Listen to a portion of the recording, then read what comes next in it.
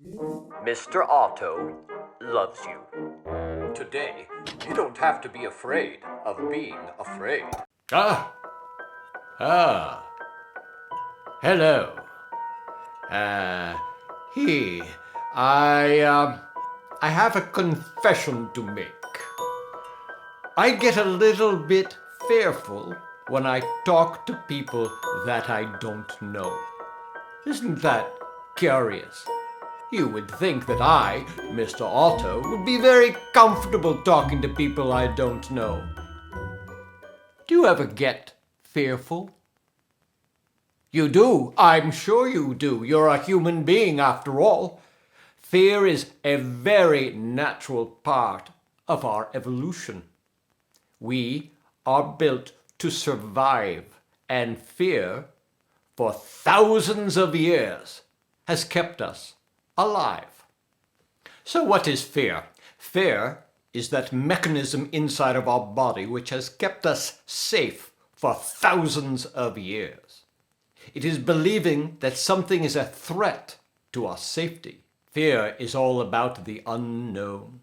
And if you perceive that something bad might happen, then you very well may experience fear.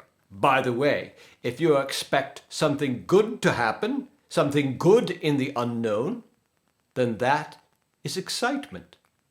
Excitement and fear are very, very much alike. It all depends on your belief systems. So think of it this way.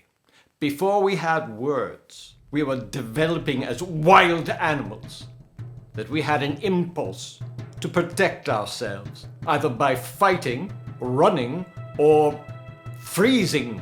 And a very important part of our brains were developed in order to keep us alive. The problem is that in our modern times we are not being chased by saber-toothed tigers. Not that I have seen. The truth is that we have a part of our brain very deep down, which is in charge of keeping us alive. And this has been in our brains for thousands and thousands of years, and it is a little overreactive, I must say, because we are only born with two fears: the fear of falling and the fear of loud noises. Every single fear other than those two, somebody put a little thought in your head that said, talking to people that you don't know is very scary. I wonder who taught me that. And there are so many ways to be afraid. You could be a little nervous, a little apprehensive. You could be skittish. You could be on edge. These are light kinds of fear. They move into things that are a little heavier. Worry, doubt, startled, frightened, horrified. That's a little bit dramatic, I must say.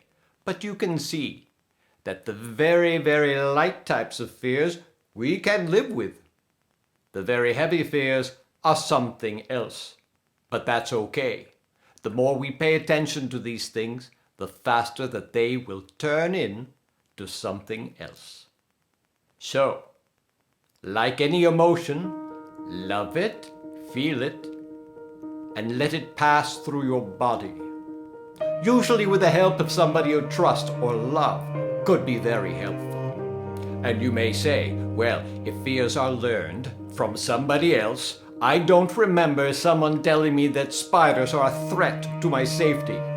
Well, these things sneak into your psyche very early in your life.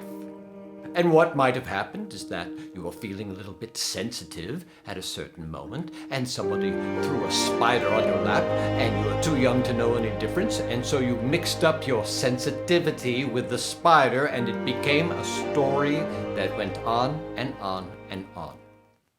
And if you think about it, fear is at the base of many of our lower emotions. You might have seen somebody driving and somebody cuts in front of them and they get startled. And what's the first thing they do? They'd rather not feel startled, so they get angry. Fear first, anger second. So how do you deal with all these fears? Well, that's what part 2 is all about. We'll talk about all the things you can do to help you with your fears, so you can be more confident. Remember, everything that you desire in life, all the things you want to do, are on the other side of your fears.